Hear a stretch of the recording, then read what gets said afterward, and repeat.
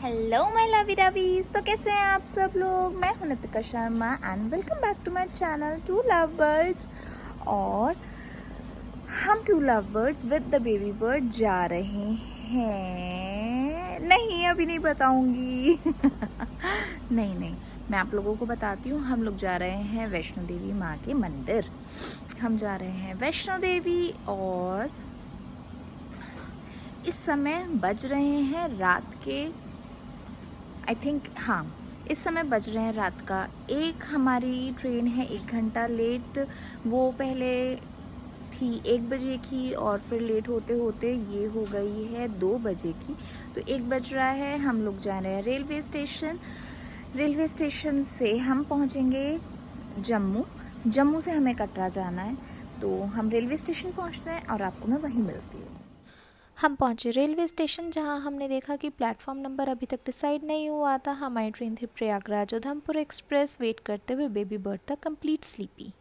हमारी ट्रेन पहले आने वाली थी 2 बजे, पर उसके बाद ट्रेन और डिले हो गई और टाइम हो गया 2:30। तो माय लवी डवीज, हम लोग आ गए हैं मेरठ सिटी जंक्शन और हमारी ट्रेन अभी तक आई नहीं है और ना ही अभी तक प्लेटफॉर्म नंबर स्टेशन पे नहीं पता चल रहा है। IRCTC की जो ऐप है उस पर पता चल रहा है कि यही प्लेटफॉर्म नंबर होगा A01 और इस टाइम बज रहे हैं रात के 1:13 AM।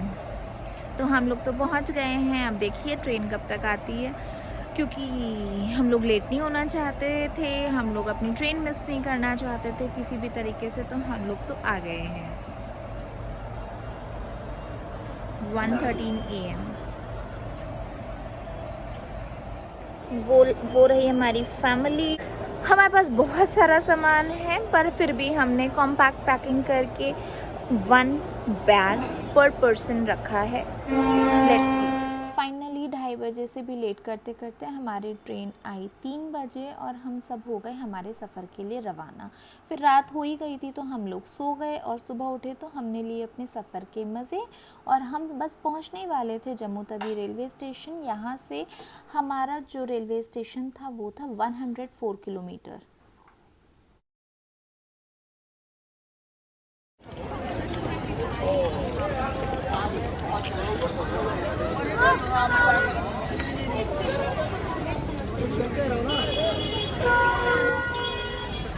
तो माय लवी डवीज, मैं आ गई हूँ जम्मू तवी जंक्शन।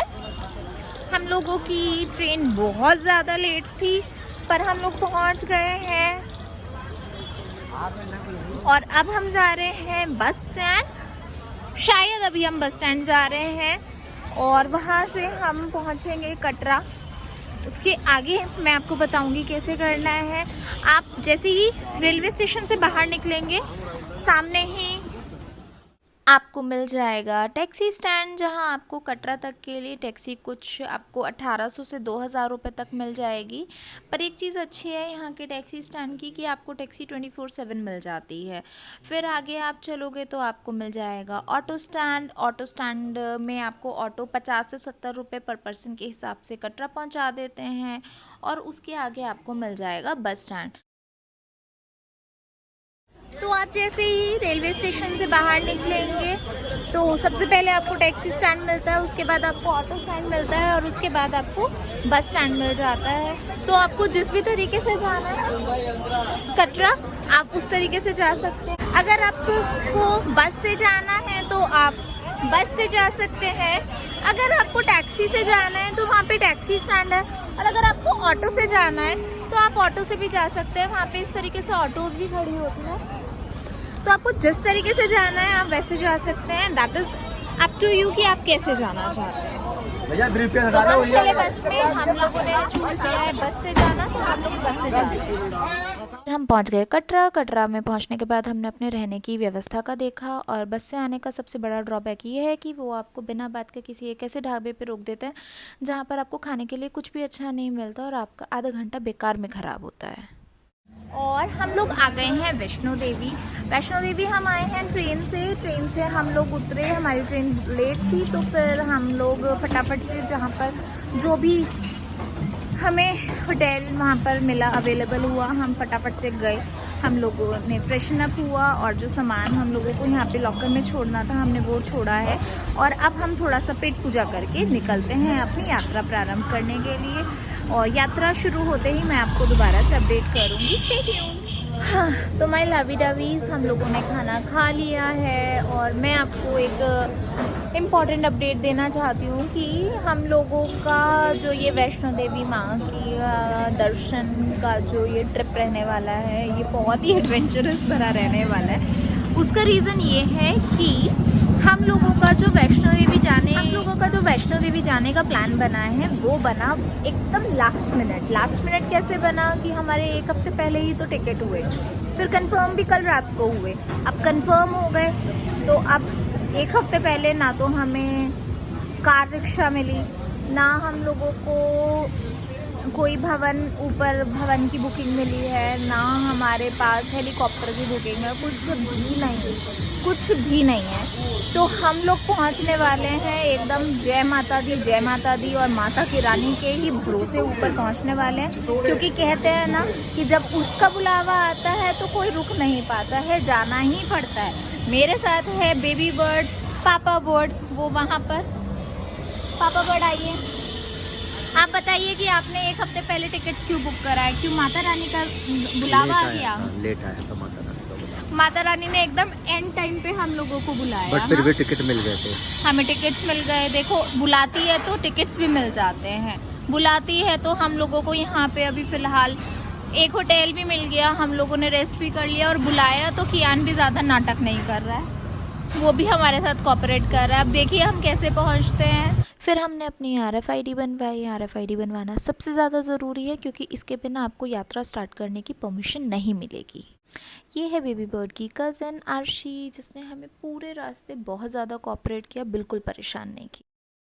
फिर शुरू करी हम लोगों ने अपनी यात्रा स्टार्ट करने से पहले आपको आना होता है इसी द्वार पर, यहीं से सब लोगों का आना और जाना होता है। तो ये है मेन एंट्रेंस फॉर यात्रा। फिर हम लोगों ने अपनी यात्रा शुरू करी और सबसे पहले हमने अपना सर्च शुरू किया पोनी के लिए, क्योंकि पहले हमने ये सोचा था कि हम जो अपनी चढ़ाई है वो पोनी से करेंगे, पर माता रानी को शायद ये मंजूर नहीं था। तो हमें जो है पोनी 7 लोगों के लिए एक साथ अवेलेबल नहीं हुई। तो हमने सबसे पहले बेबी बर्ड के दादा दादी के लिए पोनी कराई और बेबी बर्ड के लिए किया स्ट्रॉलर, और जय माता दी करके शुरू कर दी अपनी पद यात्रा। वैसे पोनी का ऑफिशियल रेट जो है वो 1250 रुपये फ़िक्स है, पर हम लोग गए थे नवरात्रों में और स्पेशली नवरात्रे के फर्स्ट नवरात्रे पर, तो इस रेट पर ले जाने के लिए कोई तैयार नहीं था क्योंकि भीड़ बहुत ज़्यादा थी और पोनी की अवेलेबिलिटी बहुत ज़्यादा कम थी। तो हमें जो पोनी मिली कियान के दादा दादी के लिए वो मिली 2000 रुपये पर पोनी।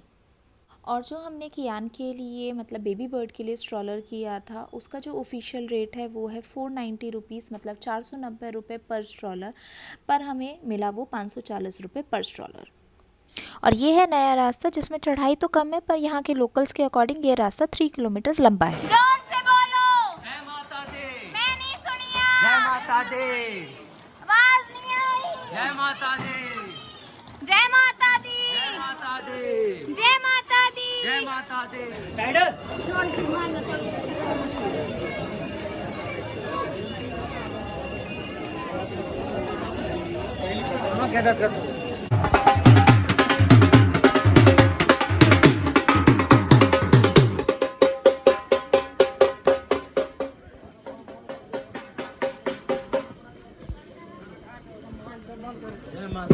जय माता दी, जय माता दी, जय माता दी, जय माता दी, जय माता दी, जय माता दी, जय माता दी, जय माता दी, जय माता दी।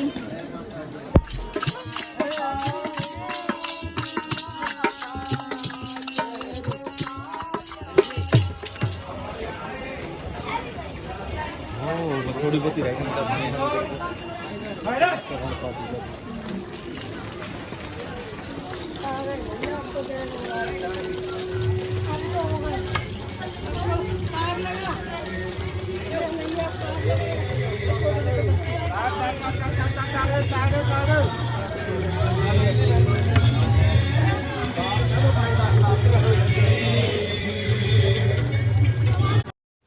और अर्धकुंवारी के पास से नीचे का नज़ारा रात को कुछ ऐसा होता है और सच पूछो तो बड़ी संतुष्टि होती है कि चलो यहाँ तलक तो लाई मैया आगे भी ले जाओ ना।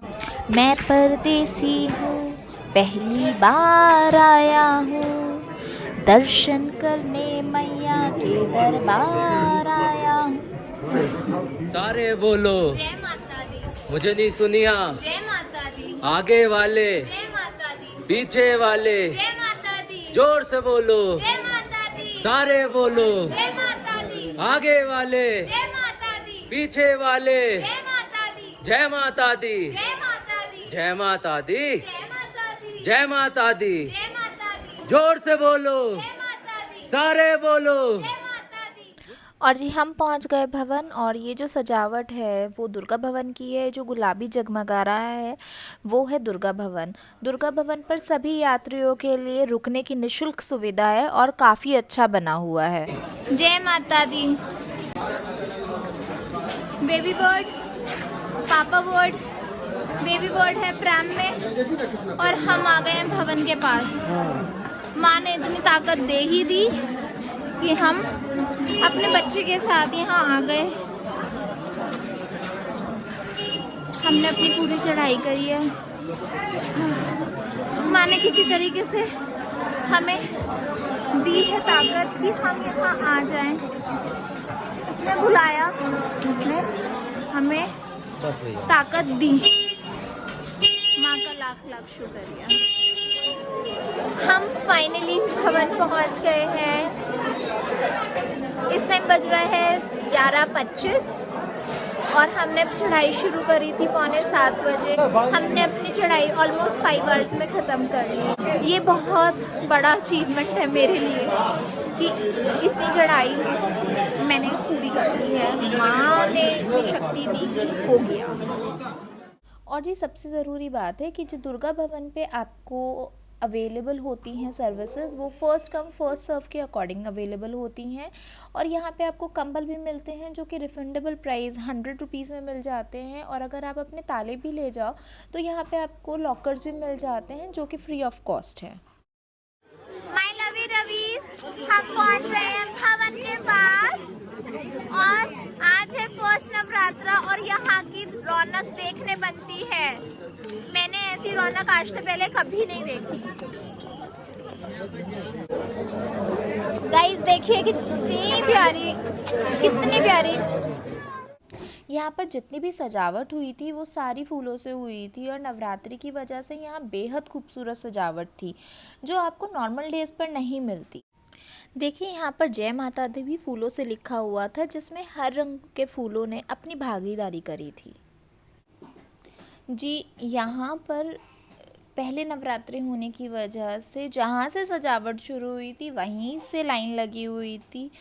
बहुत भीड़ थी, बहुत ज़्यादा भीड़ थी, पर यहाँ की सजावट ने इतनी मन को संतुष्टि दी कि सारी की सारी थकान जो है इन फूलों की सजावट को देखकर उतर गई। देखिए कितनी प्यारी झांकियाँ लगी हुई हैं, कितना सुंदर लग रहा है।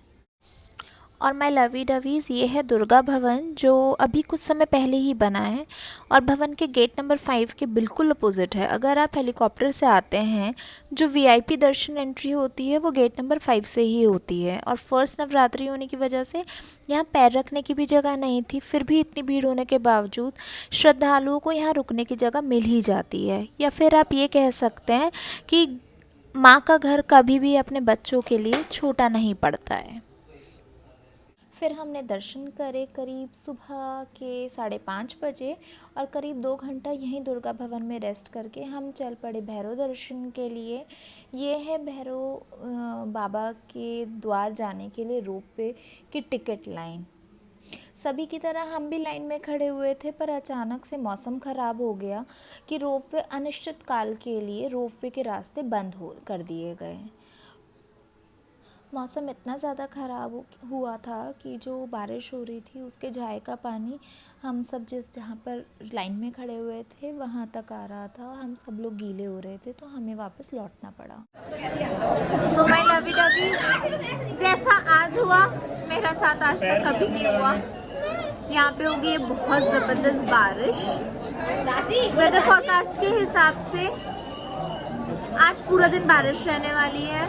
हम लोग ऑलमोस्ट 2-2.5 घंटे रोपवे के लिए लाइन में खड़े हुए थे। इतनी ज़ोर से बारिश हुई कि रोपवे के रास्ते में खड़े होकर ही भीगने लगे। झाए का पानी आ रहा था बहुत ज़्यादा। वहाँ से हम भागे हैं। बारिश रुकने का नाम नहीं ले रही है। तो समहाउ कियान, बेबी बर्ड एंड ये मेरी प्यारी सी नीज़ को बचाते हुए हम लोग आ गए हैं यहाँ पे सागर रत्ना में खाना खाने के लिए। और जब तक हमको कोई सही रास्ता नहीं मिल जाता नीचे तक जाने का, हम यहीं रुके हैं। हम नहीं हिल रहे यहाँ से कहीं। तो मैं आपको बताऊंगी कि मैंने इसके आगे क्या किया, किस तरह से हमने अपने बच्चों को रेस्क्यू किया है, क्योंकि बेहद ज़्यादा ठंडा हो गया है। जिस दिन हम आए थे टेम्परेचर था अराउंड 23-24 और दिन में बहुत ज़्यादा गर्मी थी। पर आज जो टेम्परेचर है वो अराउंड ऐसे चला गया है 10। तो हमारे पास बहुत ज़्यादा गर्म कपड़े नहीं है, बस किसी तरीके से लेयरिंग कर रहे हैं, पर बहुत ज़्यादा हमारे पास गर्म कपड़े भी नहीं है। तो हमारे लिए थोड़ी सी सिचुएशन ख़राब है। लेट्स सी हम क्या करते हैं। विदिन 20 मिनट्स जहाँ पर इतनी धूप चमक रही थी वहीं कोहरा छा गया और भयंकर ठंड हो गई, क्योंकि बारिश की वजह से ओले भी पड़े थे, बारिश भी हुई थी और वेदर फोरकास्ट के अकॉर्डिंग बारिश रात तक रहने वाली थी। और इसी वजह से क्योंकि हमारे साथ बच्चे थे तो हमने अपनी यात्रा को यहीं पर संपूर्ण करने का फ़ैसला लिया और भैरव बाबा के दर्शन करने ना जाने का फ़ैसला लिया। पर माँ से प्रार्थना है कि वो हमें जल्दी बुलाए। जय माता दी। आशा करती हूँ कि आप लोगों को मेरा ये वैष्णो देवी माता की यात्रा का व्लॉग पसंद आया होगा।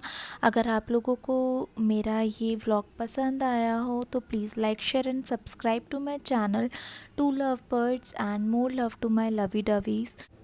माता रानी आप सभी की मनोकामनाओं को पूर्ण करें और आपके घर परिवार में सुख समृद्धि लाए। मेरी यही इच्छा है, यही प्रार्थना है। जय माता दी।